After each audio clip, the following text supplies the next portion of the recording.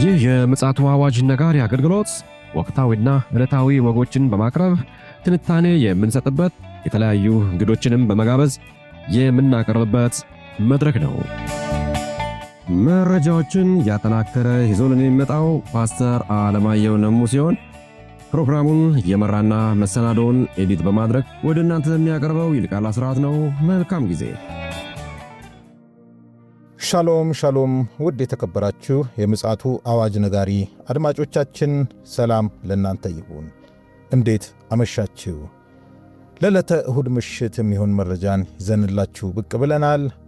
እንግዲህ ዓለማችን ከምንጊዜውም በላይ ውጥረትና መመሰቃቀል ተለዋዋጭ በሆነ ፍጥነት ወደ ፍጻሜዋ በመገስገስ ላይ ትገኛለችና ምን ያህሎቻችን ዝግጁና ንቁ ሆነናል?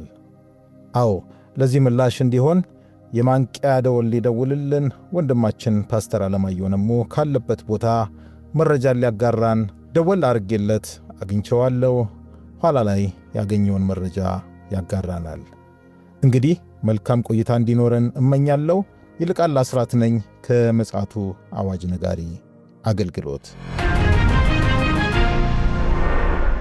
ውድ አድማጮቻችን እንግዲህ ዓለማችን የገባችበት አዙሪት ከምንጊዜውም በላይ ከሯል። በዚህ ጉዳይ ላይ መጽሐፍ ቅዱስ ምን ይላል ለሚለው ምላሽ ለማግኘት ወንድማችን ፓስተር አለማየሁ መስመር ላይ መረጃን ይዞ እየጠበቀን ይገኛል። ዛሬ በዕለተ እሁድ በጠዋቱ ክፍለ ጊዜ በሀገር ቤት ያለን በአጥቢያ ቤተ ክርስቲያኖቻችን ተገልግለናል፣ ከቃሉ ማዕድ ተመግበናል ብለን እናምናለን። በውጭ ደግሞ ያለን ወገኖች ደግሞ ወደ አብያተ ክርስቲያኖቻችን ለመሄድ ጉድ ጉድ እያለን እንገኝ ይሆናል።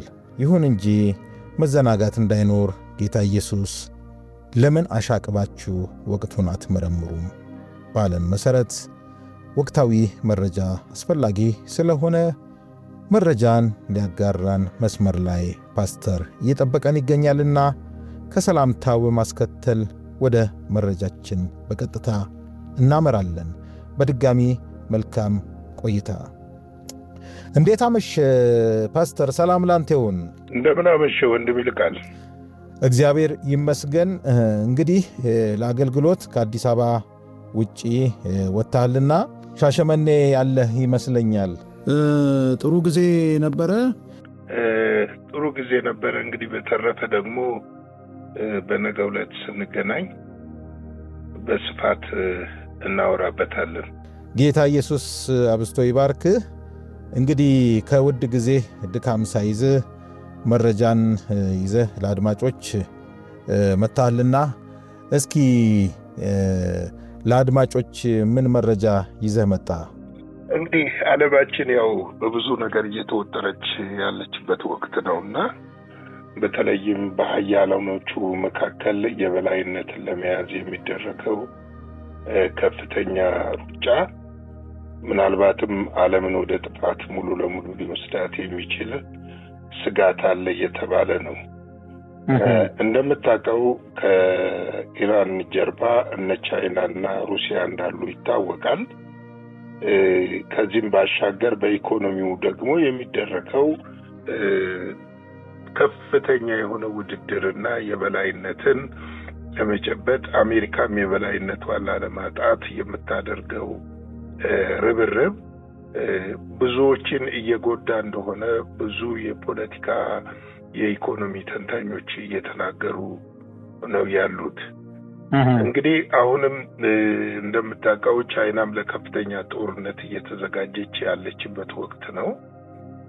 በተለይም ደግሞ ከፊት ለፊታችን ባለው የአውሮፓውያን አዲሱ ዓመት ምናልባትም ከዛም ቀደም ብሎ ታይዋንን ልጠቀልል ትችላለች የሚል ነገሮች አሉ።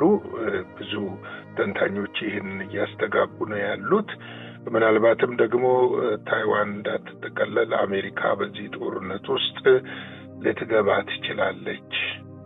በዚህ ጦርነት ውስጥ ከገባች ደግሞ ጦርነቱ ረጅም ጊዜ ሊወስድ ይችላል የሚል ነገር ነው የተነሳ ያለው። እንግዲህ ይህንን ያው እንግዲህ የጦር ጠበብቶችና ፖለቲከኞች በጥናት ነው የሚያቀርቡት እና አሁን በቀረበው ጥናት መሰረት አሜሪካ ከቻይና ጋር ለረጅም ጊዜ የሚዘልቅ ጦርነት ለማድረግ ዝግጁ አይደለችም የሚል መረጃ እየወጣ ነው ያለው። እንግዲህ ምንድነው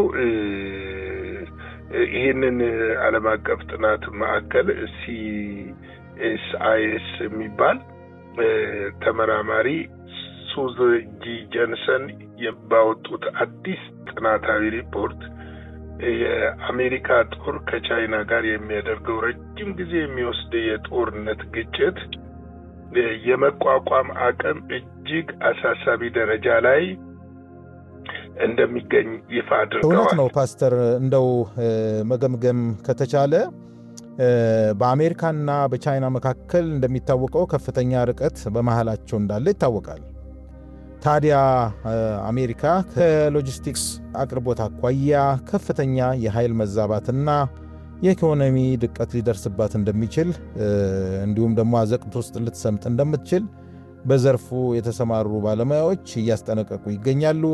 ሆኖም አሜሪካ ትርፍና ኪሳራዋን ተምና በዚህ ማጥ ውስጥ ትዘፈቅበታለች ተብሎ አይታመንምና በአንተ እይታ እንዴት ትገመግመዋለህ? አዎ እንግዲህ ምንድነው ለረጅም ጊዜም የአሜሪካ ኢኮኖሚ አታውቅ እንደሆነ ለረጅም ጊዜ ከኢራቅ ጦርነት በኋላ የሶማሌ ጦርነት፣ ከሶማሌ ጦርነት በኋላ የአፍጋኒስታን ጦርነት፣ ከዛ ደግሞ የሶሪያ ላይ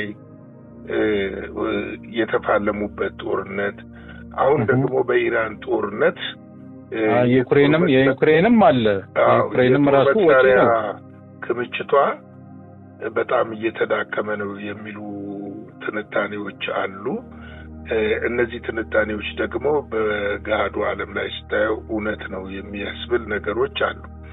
እንግዲህ በዚህ ጥናትና ሪፖርት አሜሪካ ጦር ከቻይና ጋር የሚደረገውን የረጅም ጊዜ የሚወስድ የጦርነት ግጭት የመቋቋም አቅም እጅግ አሳሳቢ ደረጃ ላይ እንደሚገኝ ይፋ አድርገዋል።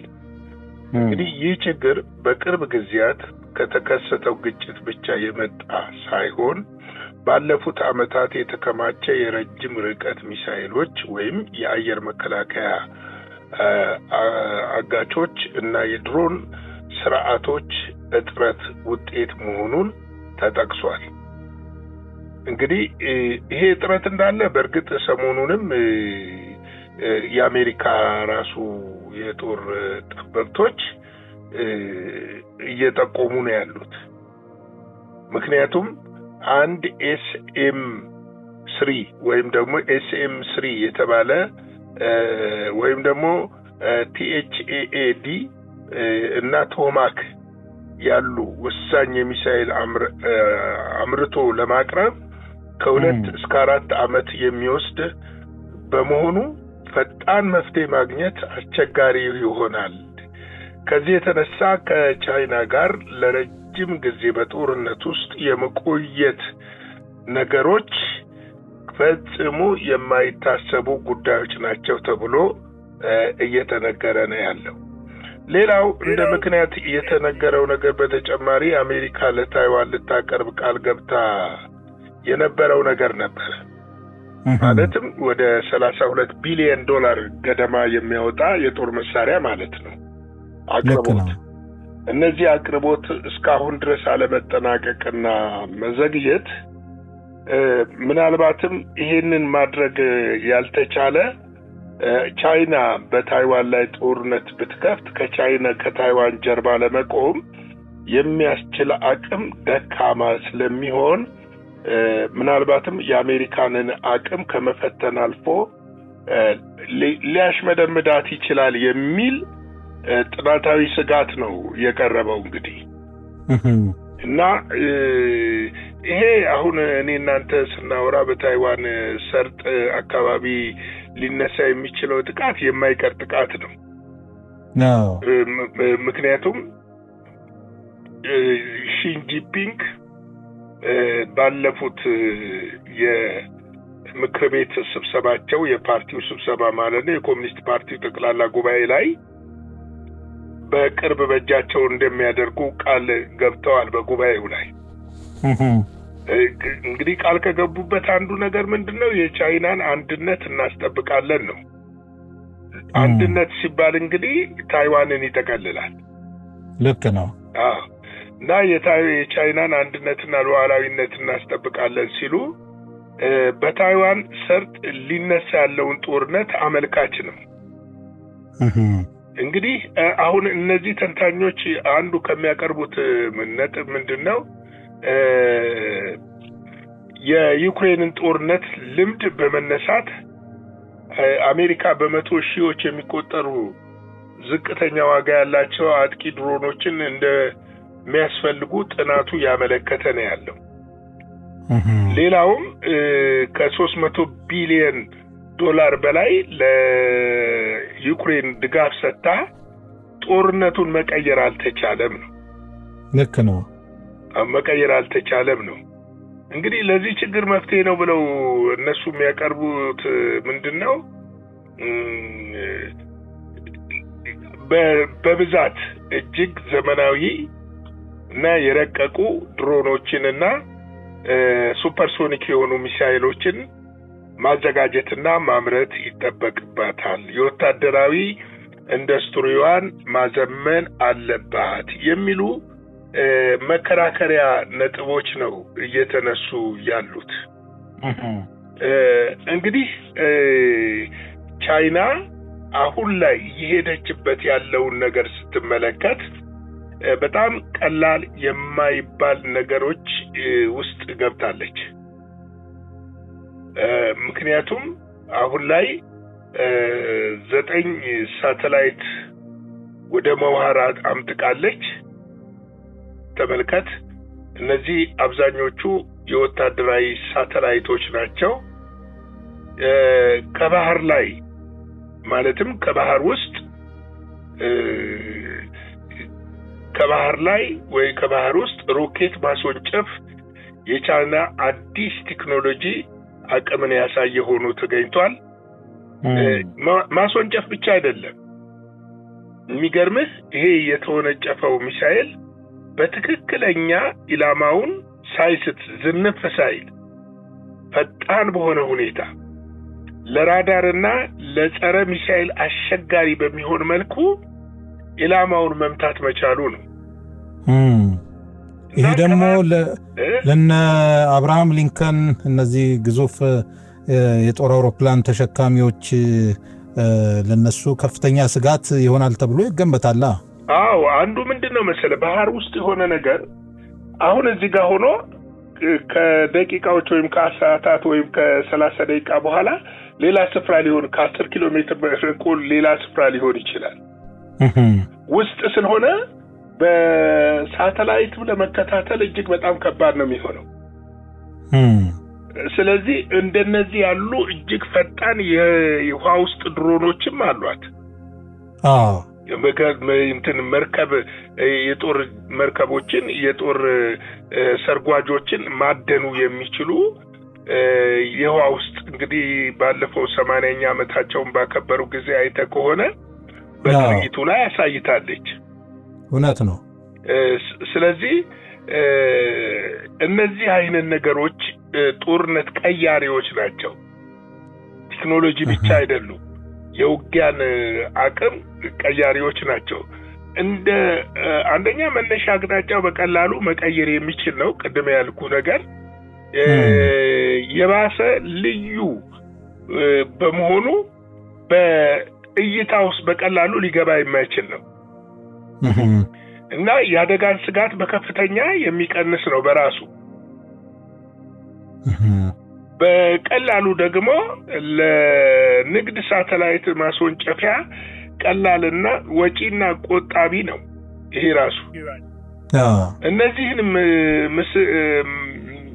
የመሳሰሉ መሳሪያዎችን ማምረቷ ቻይና በዚህ በወታደራዊ ግንባር ቀደምትነትን እያገኘች እየመጣች እንደሆነ እየተነገረ ነው ያለው።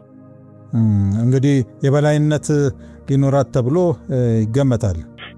ምክንያቱም መሰለ አሁን ያለው የንግድ ጦርነቱን በበላይነት ለመያዝ በወታደራዊ አቅምህ ደግሞ ማደግ መቻል አለብህ። ልክ ነው። አሁን ቻይና የዓለምን ገበያ በስፋት የተቆጣጠረች ሀገር ነች። እነዚህ በስፋት የተቆጣጠረችውን ገበያ ደግሞ በቀላሉ አሳልፋ መስጠት አትፈልግም። ይህን በፊት ታውቅ እንደሆነ የቻይና ምርት እየተባለ ይናቅ ነበረ። ቻይና በንግዱም ዘርፍ ቢሆን ቴክኖሎጂዋን ከጊዜ ወደ ጊዜ እያላቀችና እጅግ ዘመናዊ ሞደርን የሆኑ የዓለምን ኢኮኖሚ ተፈታታኝ የሆኑ የምዕራባውያንንም የአሜሪካንንም ተፈታታኝ የሆኑ ምርቶችን ማምረት ጀምራለች። ልክ ነው። በቴክኖሎጂውም ዘርፍ የላቀ አበርክቶትም እያደረገች ነው። አዎ። ስለዚህ አሁን ምንድነው ይሄንን የኢኮኖሚ የበላይነቱን ለመቆናጠጥና ከአሜሪካ እጅ ብዙዎች የሚስማሙት ነጥቃለች ነው የሚሉት። አሁን ብዙ ቦታ ላይ የአሜሪካ ቴክኖሎጂዎች አይታዩም። አብዛኛው አፍሪካ ብትል፣ ኤዥያ ብትል፣ አውሮፓ ብትል እያጥለቀለቁ ያሉት የቻይና ምርቶች ናቸው። አፍሪካ ብቻ እኮ አይደለም፣ አፍሪካና ኤዥያ ብቻ እኮ አይደለም ፓስተር፣ አልፎ ተርፎም ወደ ካናዳ ወደ አውሮፓም ከፍተኛ ፍላጎቶች አሉ። በጣም ከፍተኛ የሆኑ እርምጃ እየወሰደች እንደሆነ ነው እየተነገረ ያለው። እነዚህ ዘመናዊ ነገሮችን ማምረቷና በእነዚህ ዘመናዊ ነገሮች መታጀቡ ደግሞ ጉዳዩን የበለጠ አሳሳቢ ያደርገዋል ተብሎ ነው የሚታሰበው። ይሄ ብቻ አይደለም። አሁን ላይ ደግሞ ሌላ አንድ ይዛ የመጣችው ስልት አለ። እኔ በጣም ነው የገረመኝ። እንደው እቺን ብዬ ወደ መቋጫው እሄዳለሁ። አሁን ላይ የአሜሪካ ዶላርን ለመጣል ቻይና ገበያዋን ለብዙ ሀገሮች በየን እየፈቀደች ነው ያለችው። ይሄ ትርጉሙ ቀላል ሊመስል ይችላል። ምንም አይነት የዶላር ክምችት ሳይኖርህ በቀላሉ የቻይናን የን በወርቅ ቀይረህ ከቻይና የምትፈልገውን ዕቃዎች በሙሉ ማስገባት ትችላለህ። የወርቅ ክምችቷን እያሳደገች ገበያዋን በየን እያሰፋች በምትሄድበት ሰዓት የአሜሪካ ዶላር በአይኤምኤፍ እና በወርልድ ባንክ የሚዘወረው ኮንትሮል ወይም በደም በብድር መልክ እየተዘወረ ያለውን የሀገራትን ኢኮኖሚ የማስገደድና የመጨፍለቅ ሁኔታ እየቀነሰ በኋላም እየቆመ ይመጣል። ከጨዋታ ውጪ ያደርጋቸዋል። አዎ። ስለዚህ የአሜሪካ ግምጃ ቤት የዛተችውን በከፍተኛ ሁኔታ መቀነስ ጀምራለች።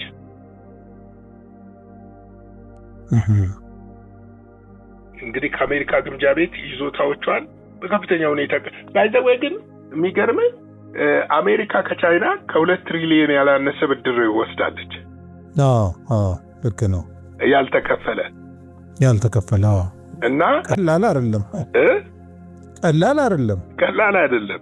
ቻይና በዓለም አቀፍ ደረጃ የዶላር የበላይነትን ለመቀነስ በስትራቴጂካዊ እርምጃ የወርቅ ክምችቷን እያሳደገች ነው። ይህ ለውጥ በዓለም አቀፍ የፋይናንስና የገንዘብ ተለዋዋጭነት ላይ ታላቅ ተጽዕኖ ሊኖረው ይችላል እየተባለ ነው ያለው። ስለዚህ ፔትሮ ዶላር የምንልበት ዘመን አልፎ ፔትሮ የን ወይም ደግሞ ፔትሮ ብሪክስ የምንልበት ዘመን እየቀረበ እየመጣ ነው ያለው እና እንግዲህ ዓለማችን ከስጋት ወደ ስጋት እንጂ ስጋት ቀንሶ የሚታይ አሁን ብዙዎች የፖለቲከኞችም ወታደራዊ ጠበብቶችም ልክ የእግዚአብሔር ቃል እንደሚናገረው ወደፊት የሆነ ፒስ ነገር አይታያቸው። ይሄ ጨለምተኝነት መሆን ሳይሆን የዓለም ፍጻሜዋ እየቀረበ የሚያመለክት መሆኑ። ምክንያቱም በዓለም ላይ ያለው አሁን የኢኮኖሚና የወታደራዊ እሽቅድምድም ዓለምን ወደ ጥፋት ይዟት የሚሄድ እንጂ ወደ ሰላም ይዟት የሚሄድም አይደለም። ሌላው የተባበሩት መንግስታት ድርጅት ሚናው እየደከመና ተፈሪነቱ እየቀነሰ ተደማጭነቱ በጣም እየቀነሰ መምጣት ደግሞ ለዓለም ስጋት ከፍተኛ እየሆነ መጥቷል።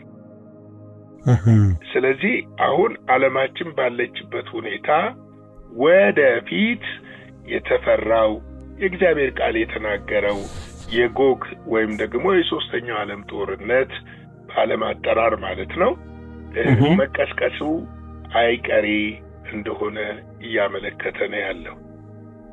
እንግዲህ ቅዱሳን ወንድሞችና እህቶቻችን እኛ በዚህ ውስጥ ምንፈራው ምንም ምክንያት የለም።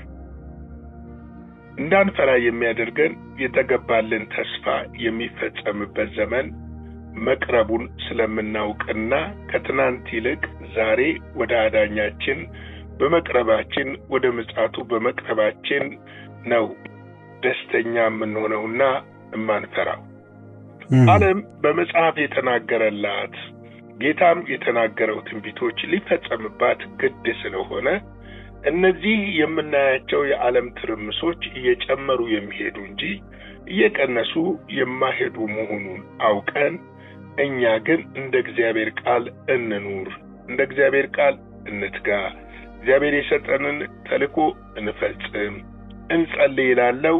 የጌታ ጸጋ፣ ሰላም፣ ቸርነት ከሁላችን ጋር ይሁን። ሻሎም። ጌታ ኢየሱስ አብስቶ ይባርክ። ፓስተር እንግዲህ ካለህበት ቦታ ካለህ ውድ ጊዜ ለቅዱሳን እንደዚህ አይነት መረጃና ምክረ ሐሳብ መልእክትን ጨምሮ የማንቂያ ደወል ስላቃጨልክልን እግዚአብሔር አብስቶ ይባርክ። እውነት ነው ነገሮች ሁሉ ወደ ድምዳሜያቸው እያመሩ እንደሆነ በየሰከንዱ በየደቂቃው በየቀኑ የምንሰማው ወቅታዊ ጉዳዮች፣ ክስተቶች፣ የተፈጥሮ አደጋዎች፣ የተለያዩ አይነቶች የማህበራዊ ቀውሶች ጨምሮ እነዚህ ሁሉ መዳረሻቸው የክርስቶስ ኢየሱስ ዳግም መምጣትና የቤተ ክርስቲያን መነጠቅ መቃረቡን አመላካች ስለሆኑ ለዚህ ራሳችንን እንድናዘጋጅ የእግዚአብሔር መንፈስ እንዲረዳን ምኞታችን ነው። እንግዲህ ለዛሬ ለእሁድ ምሽት ይዘን የመጣነው መረጃና መልእክቴን ይመስላል። የእግዚአብሔር ፈቃድ ከሆነ በዕለተ ሰኞ በነገው ዕለት በተለያዩ ርዕሰ ጉዳዮች ዙሪያ ፓስተር መረጃዎችን አሰባስቦ ይዞልን ይመጣል። እንግዲህ መልካም ጊዜ እንዲሆንልን እንመኛለን። ሻሎም። ለዛሬ ይዘን የመጣነው ወቅታዊ መረጃ ይህንን ይመስል ነበረ። በሌላ ጊዜ በሌላ መሰናዶ እስከምንገናኝ ሰላም ለእናንተ ይሁን።